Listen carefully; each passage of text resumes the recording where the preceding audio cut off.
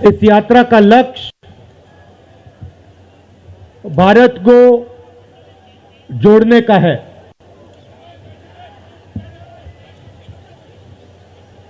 जब हमने ये शुरू किया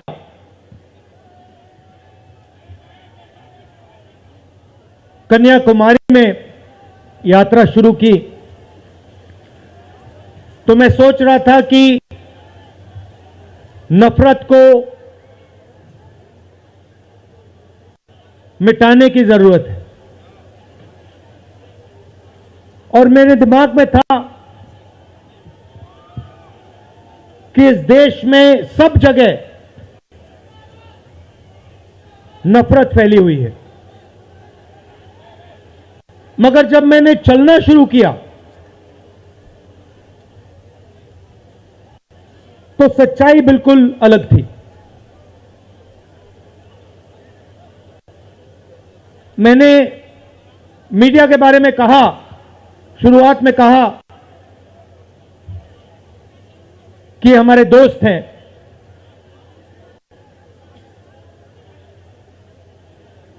हैं, मगर हमारी बात टीवी पे कभी नहीं दिखाते हैं।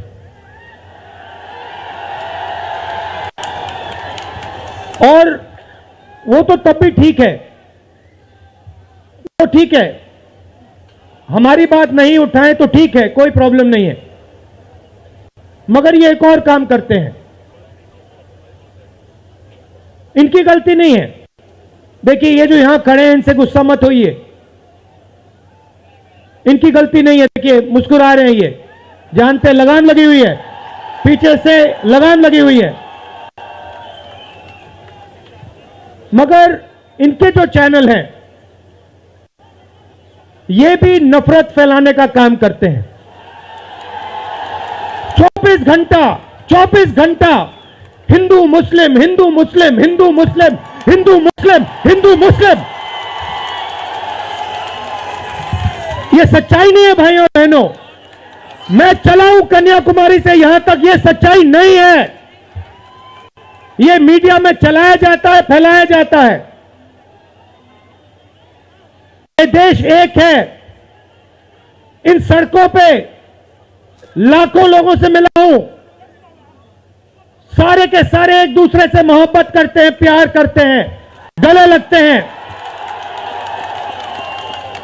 तो सवाल उठता है, क्योंकि ये नहीं कर रहे हैं, इनके पीछे जो शक्ति है, इनके पीछे जो शक्ति है वो कर रही है। तो सवाल उठता है, ये क्यों हो रहा है? जब सच्चाई ये है कि देश का आम नागरिक, चाहे हिंदू हो, मुस्लिम हो, सिख हो, ईसाई हो, किसी भी जात का हो, वो एक दूसरे से प्यार करता है, मोहब्बत करता है, एक दूसरे की इज्जत करता है। 90% लोग इस देश के एक दूसरे से प्यार करते हैं, मोहब्बत करते हैं, इज्जत करते हैं। देखिए मेरे सामने, ये देखिए, घूम के देखिए, ये जैन मंदिर है, गुरुद्वारा है, मंदिर है, मस्जिद है। ये है हिंदुस्तान।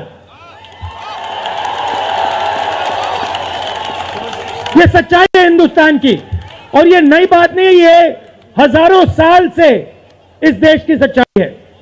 प्यार से ये देश मिलकर एक साथ रहा है। तो सवाल उठता है, ये जो मीडिया के लोग हैं, ये नहीं, जो इनके पीछे हैं, ये नफरत क्यों फैलाना चाहते हैं? आपने कभी पूछा अपने आप से कि मीडिया 24 घंटा कभी मोहब्बत की बात नहीं करेंगे? कभी आपने देखी है? कभी टीवी पे देखा कि देखो एक हिंदुस्तानी दूसरे हिंदुस्तानी से गले लग गया? कभी देखा? नहीं, कभी नहीं दिखेगा। सही बात है ना? सही बात, कभी नहीं दिखेगा। इसका कारण है भाइयों और बहनों, मैं आपसे पूछना चाहता हूं, आप में से किसी का कभी जेब काटा गया है? आपका जेब काटा गया? आपका जेब काटा गया? तो जब जेब काटा जाता है, आपका काटा गया ना, तो जब कोई आपका जेब काटता है तो वो क्या करता है? सबसे पहले उसे क्या करना पड़ता है? नहीं, ब्लेड तो बाद में आता है, मगर पहले क्या करता है? पहले वो आपके ध्यान को इधर करता है, आपके ध्यान को लेकर उधर ले जाता है। भाई और बहनों, ये जो करा जा रहा है आपके ध्यान को हटाने के लिए किया जा रहा है, और ये 24 घंटा करते हैं और फिर आपकी जेब काटी जाती है। बढ़िया बढ़िया, क्योंकि सच्चाई है। 24 घंटा हिंदू मुस्लिम, हिंदू मुस्लिम, हिंदू मुस्लिम, और फिर जो भी आपका पैसा है, किसानों का, मजदूरों का, आपके एयरपोर्ट, आपके पोर्ट, आपकी सड़कें,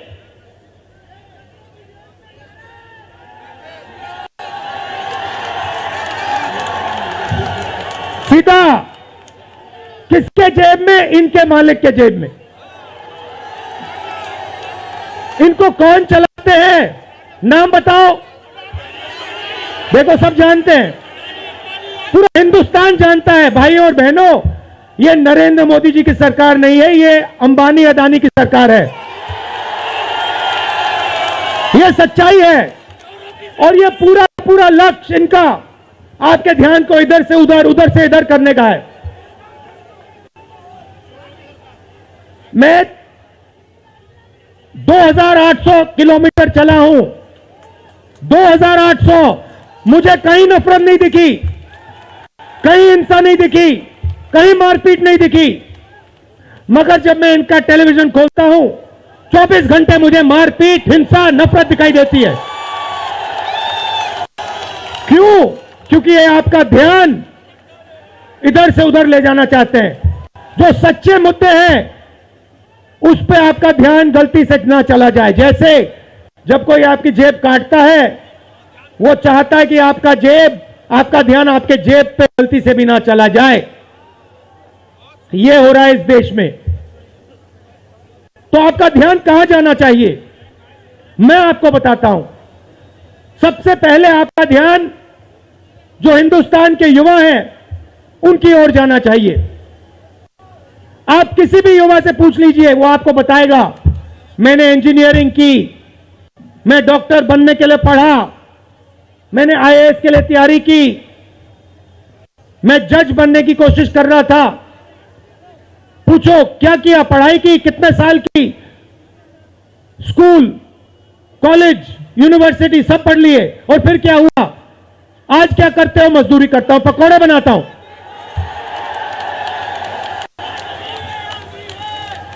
बेरोजगारी क्यों आई? मैं आपको बताता हूं। और जो हमारे छोटे व्यापारी हैं, जो स्मॉल और मीडियम बिजनेस चलाते हैं, आप अच्छी तरह सुनिए, क्योंकि आप इस देश के भविष्य हो। अगर इस देश को कोई रोजगार दे सकता है तो इस देश का किसान और ये जो छोटे व्यापारी हैं और स्मॉल और मीडियम बिजनेसेस चलाते हैं, ये लोग हैं। क्यों? क्योंकि ये लाखों हैं, ये लाखों में हैं, और कोई 100 लोगों को रोजगार देता है, कोई 500 को देता है, कोई 1000 को देता है, कोई 25 को देता है, कोई 35 को देता है, और ये लोग देश को रोजगार देते हैं। अब इनकी बात करते हैं। ये 24 घंटे लगे रहते हैं,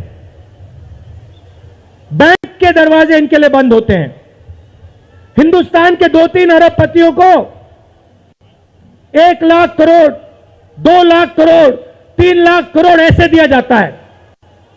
ये बैंक के सामने जाते हैं, इनको धकेल के निकाल दिया जाता है। राइट?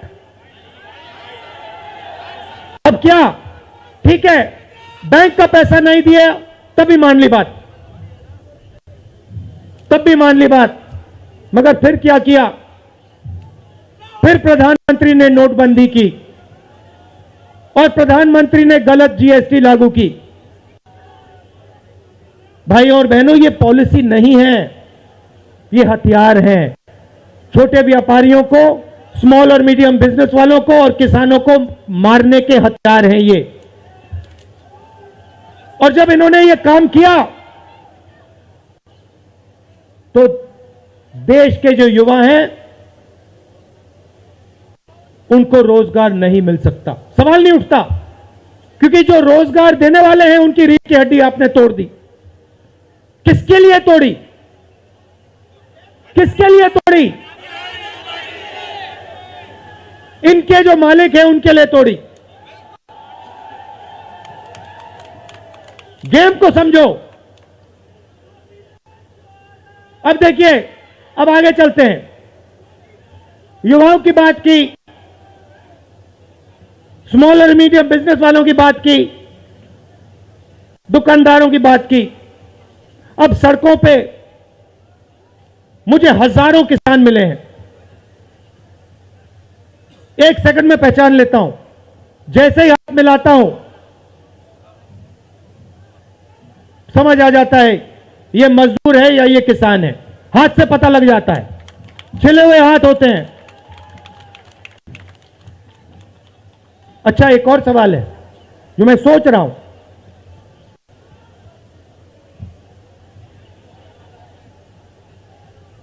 प्रेस वाले ने मुझे पूछा क्या आपको ठंड नहीं लगती?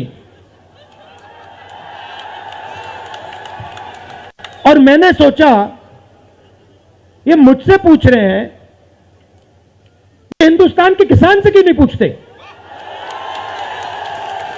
ये हिंदुस्तान के मजदूर से क्यों नहीं पूछते? ये हिंदुस्तान के गरीब बच्चों से क्यों नहीं पूछते? फिर कहते देखो 2800 किलोमीटर चल लिए, कोई बड़ी बात नहीं है। पूरा हिंदुस्तान चलता है, जिंदगी भर चलता है। किसान चलता है, मजदूर चलता है, फैक्ट्री में जो काम करते हैं वो चलते हैं। तो हमने ये कोई बड़ा काम नहीं किया भाई और बहनें, पूरा हिंदुस्तान करता है, रोज करता है। हम 2800 किलोमीटर चलते हैं, किसान शायद जिंदगी में 10,000, 15,000, 20,000 चल लेता है।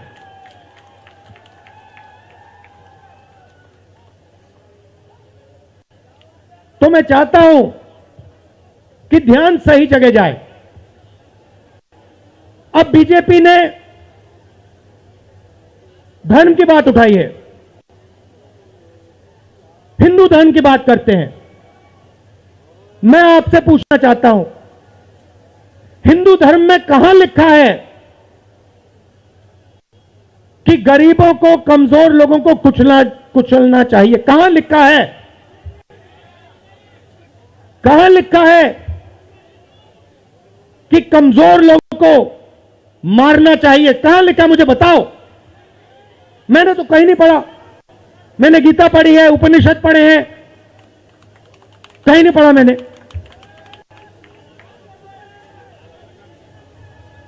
आपने पढ़ा कहीं? गले लगाने की बात होती है। अच्छा ठीक है, देखिए अब ये लोग देश में डर फैला रहे हैं।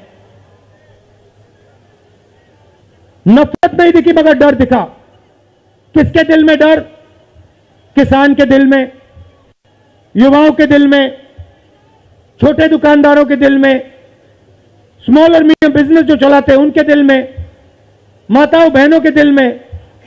मुझसे कहती है राहुल जी, बीजेपी की सरकार में हम तो सड़क पर, शाम को सड़क पर नहीं निकल सकते। तो डर फैला दिया है। सही सही। अच्छा, आपने शिव जी की फोटो देखी है? उसमें उनका हाथ ऐसे देखा आपने? इसको क्या कहते हैं? इसको क्या कहते हैं? इसको अभय मुद्रा कहते हैं। इसका मतलब क्या होता है? इसका मतलब होता है डरो मत। तो शिव जी कहते हैं डरो मत, हिंदू धर्म कहता है डरो मत। और ये लोग 24 घंटा इस देश में डर फैलाने की कोशिश करते हैं। अच्छा, एक और मजे की बात बताता हूं आपको। मैं सोच रहा था, आपने ये यात्रा देखी होगी, इसमें आपको हिंसा दिखी? कहीं नहीं दिखी। किसी ने किसी को मारा? किसी ने गाली दी? नहीं। आपने इसमें नफरत देखी? बिल्कुल नहीं। इसमें किसी ने यह पूछा भैया तुम्हारा धर्म क्या है? किसी ने कहा भाई तुम हिंदू हो, मुसलमान हो, सिख हो, ईसाई हो, क्या हो? नहीं। किसी ने यह पूछा तुम स्त्री हो या पुरुष हो? किसी ने यह पूछा तुम्हारी क्या जात है? बिल्कुल नहीं। कपड़े भी नहीं पूछे, कपड़े भी नहीं पूछे। अच्छा, इसमें आपने देखा होगा, पता नहीं आपने देखा या नहीं, इसमें कुत्ते भी आए। कुत्ते भी आए इसमें, कुत्ते आए। और आपने अगर आप टीवी देख रहे होते आपने एक चीज देखी होगी, कुत्ते को किसी ने नहीं मारा, किसी ने नहीं मारा। इसमें गाय भी आई, भैंस भी आए, सुअर भी आए, मैंने देखा। वो तो सब जानवर आए, सब लोग आए, और यहां पे कोई नफरत नहीं थी। जैसा हमारा हिंदुस्तान है वैसे ही ये यात्रा है। कोई नफरत नहीं, कोई हिंसा नहीं, कोई गलत सवाल नहीं। कभी कभी कोई गिर जाता, जैसे हमारे हरियाणा के पीसीसी गिरे, धड़ाम से गिरे, केरला के सब नेता गिर गए, एक सेकंड में लोग उनको उठा लेते थे। एक सेकंड में, टाइम नहीं लगता था। यह है हिंदुस्तान। नहीं, देखिए, मैं आपको एक बात बताता हूं, सच्चाई समझनी होगी। सच्चाई यह है कि जैसे इन पर लगाम लगी हुई है, वैसे हिंदुस्तान के प्रधानमंत्री पे भी लगाम लगी हुई है।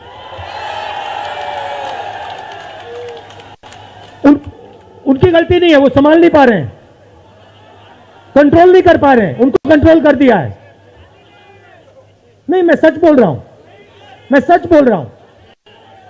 क्योंकि आप देखिए, एयरपोर्ट भी उनके, पोर्ट भी उनके, एग्रीकल्चर के स्टोरेज डिपो भी उनके, और क्या उनका, हाँ, लाल किला भी उनका, लाल किला भी उनका, सारे के सारे पब्लिक सेक्टर की कंपनियां उनकी, और क्या उनका, रेलवेज उनकी,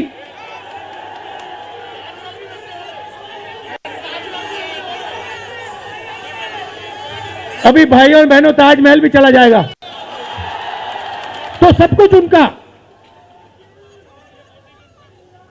तो यह देश की सच्चाई है। हाईवे भी उनके, सेलफोन भी उनके,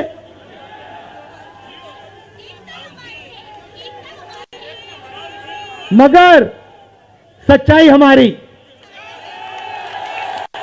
आप देखिए, मैं आपको बताता हूं, आपको मैं बताता हूं, अपनी कहानी बताता हूं। जब मैं राजनीति में आया, 2004 में आया, हमारी सरकार थी, चुनाव जीते थे, और ये प्रेस वाले 24 घंटा मेरी प्रशंसा करते थे।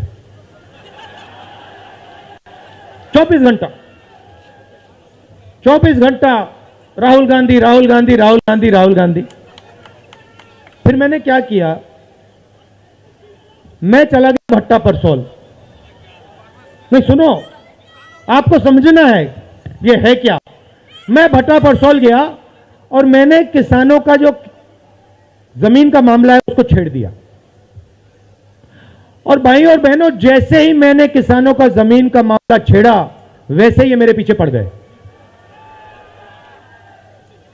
उसके बाद जमीन अधिग्रहण बिल, भट्टा परसोल के बाद जमीन अधिग्रहण बिल लाया, कांग्रेस की सरकार लाई। उसके बाद तो पूरा फुल टाइम 24 घंटा मेरे पीछे पड़ गए। प्रधानमंत्री जी ने, बीजेपी ने, मैं आपको सच्चाई के बारे में बताना चाह रहा हूं, प्रधानमंत्री ने, बीजेपी ने हजारों करोड़ रुपए लगा दिए मेरी छवि को खराब करने में, हजारों करोड़ रुपए। और आपने देखा होगा मैंने एक शब्द नहीं बोला, बिल्कुल चुप, बिल्कुल चुप, मैंने एक शब्द नहीं बोला। मैंने ये नहीं बोला भैया ये गलत बोल रहे हैं, ये ठीक नहीं है ना, मैं बिल्कुल चुप, चुप, क्योंकि मैंने कहा चलो देखता हूं कितना दम है, और लगाया। पूरी की पूरी मीडिया लग गई, व्हाट्सएप पे लगाया, फेसबुक पे लगाया, सब जगह 24 घंटा राहुल गांधी के बारे में। कुछ नहीं बोला मैंने, पूरे देश में फैला दिया। और फिर एक महीने मैंने आपको सच्चाई दिखा दी और पूरा पूरा खत्म। देखो सच्चाई कैसे काम करती है। सच्चाई को छुपाया नहीं जा सकता है, कहीं ना कहीं से सच्चाई बाहर आ जाती है। और यह यात्रा हिंदुस्तान को जोड़ने की है। क्यों? क्योंकि इस नफरत से, इस डर से हमारे प्यारे देश को नुकसान हो रहा है।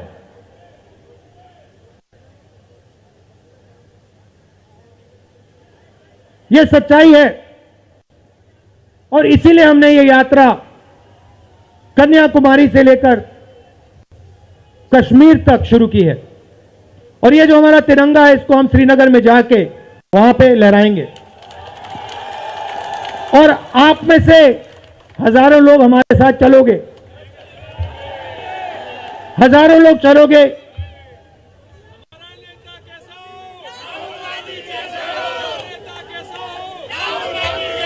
तो भाई और बहनों देखिए, सच्चा मुकाबला दुनिया में, सच्चा मुकाबला चाइना और हिंदुस्तान के बीच में है। ठीक है, चाइना ने 2000 स्क्वायर किलोमीटर हमारी जमीन ले ली है। प्रधानमंत्री जी कहते हैं कि हमारे बॉर्डर के अंदर कोई नहीं आया। तो भैया प्रधानमंत्री जी अगर कोई नहीं आया तो हमारी सेना उनकी सेना के साथ 21 बार क्यों बात कर रही है?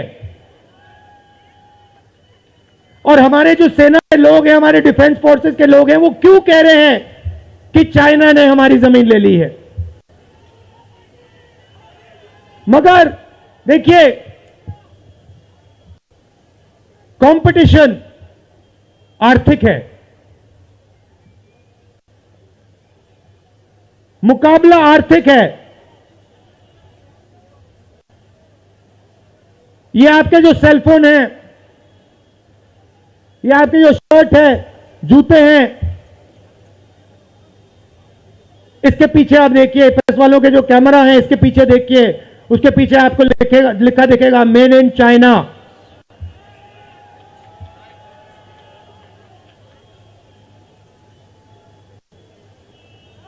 हमें शर्ट के पीछे, सेलफोन के पीछे, जूतों के नीचे मेड इन इंडिया लिखना है।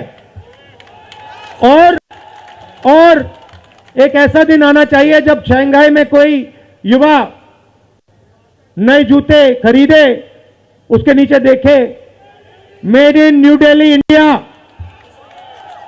ये हिंदुस्तान चाहिए, इसी से हमारे युवाओं को रोजगार मिलेगा। तो ये करना ही पड़ेगा, चॉइस नहीं है। और ये हम करके दिखा देंगे। ये देश कर सकता है, करके दिखा सकता है। आप सबने इतना प्यार दिया,